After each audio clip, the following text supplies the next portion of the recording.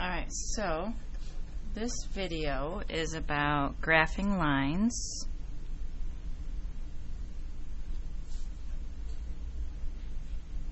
Once the equation is in slope-intercept form. Slope-intercept form is y equals mx plus b. The m in the equation is the slope. In other words, that's the number that is right next to the x.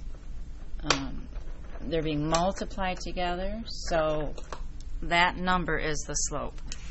Now, slope is rise over run. Rise is how much you're going to go up and down. Run is how much you're going to go back and forth. Slope is always a fraction.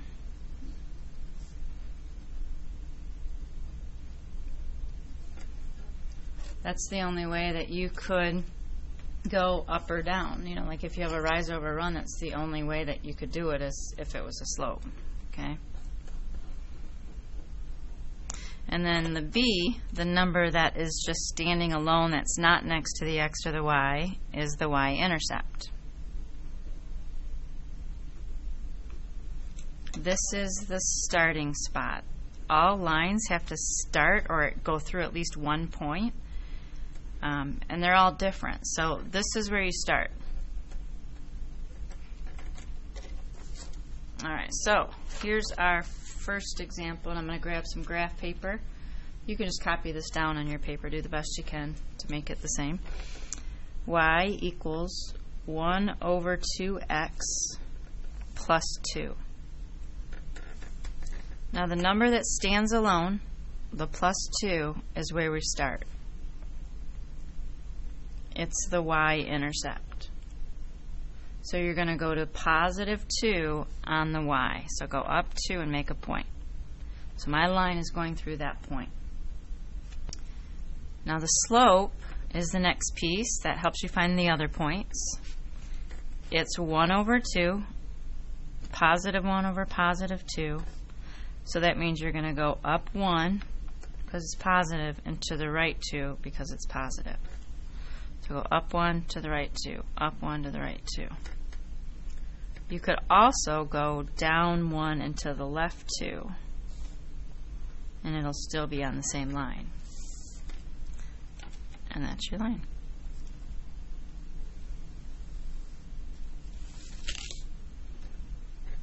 Alright, here's your next one.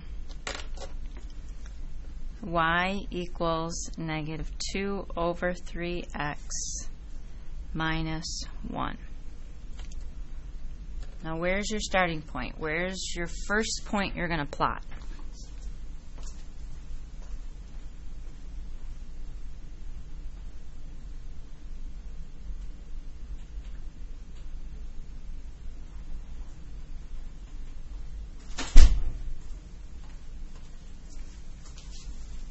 Alright, hopefully you plugged in negative 1. That's your y-intercept. So you're going to go down to negative 1. Now your slope is negative 2/3. So you can either put the negative with the 2 and a positive with the 3, or you can make it positive 2 and a negative 3. It doesn't matter where you put the negative. So from this point, I'm going to start here. I'm going to go down 2 because it's negative 2, and to the right 3 because it's positive 3. I could also go up 2 because it's positive, and to the left 3 because it's negative. Negative is left, positive is right. There's your line.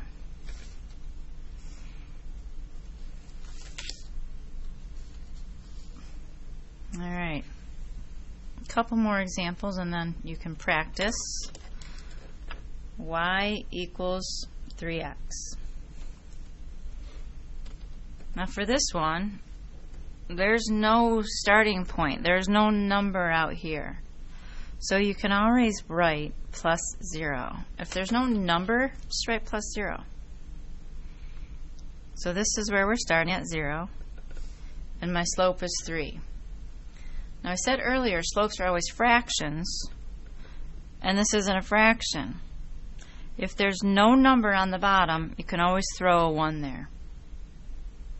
So from our spot, we're going to go up 3 to the right 1. Up 3 to the right 1. You could also go down 3 and to the left 1. When you have two negatives, they cancel out to a positive, so it's the same idea.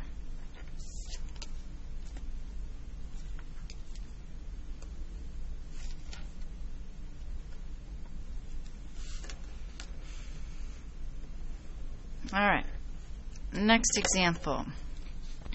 Y equals negative x plus 3. Where's our starting spot?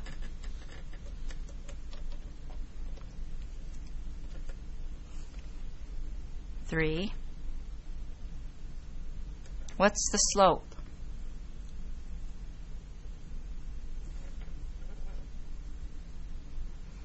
-1. If there's no number here in front of the x, you can always throw a 1 there. If there's not a number on the bottom, you can put a 1 on the bottom. Doesn't matter where the negative goes, whether it's on the top or the bottom, as long as it's only in one spot. So from this point, I'm going to go down 1 and to the right 1, down 1 to the right 1, or up 1 to the left 1. Either way,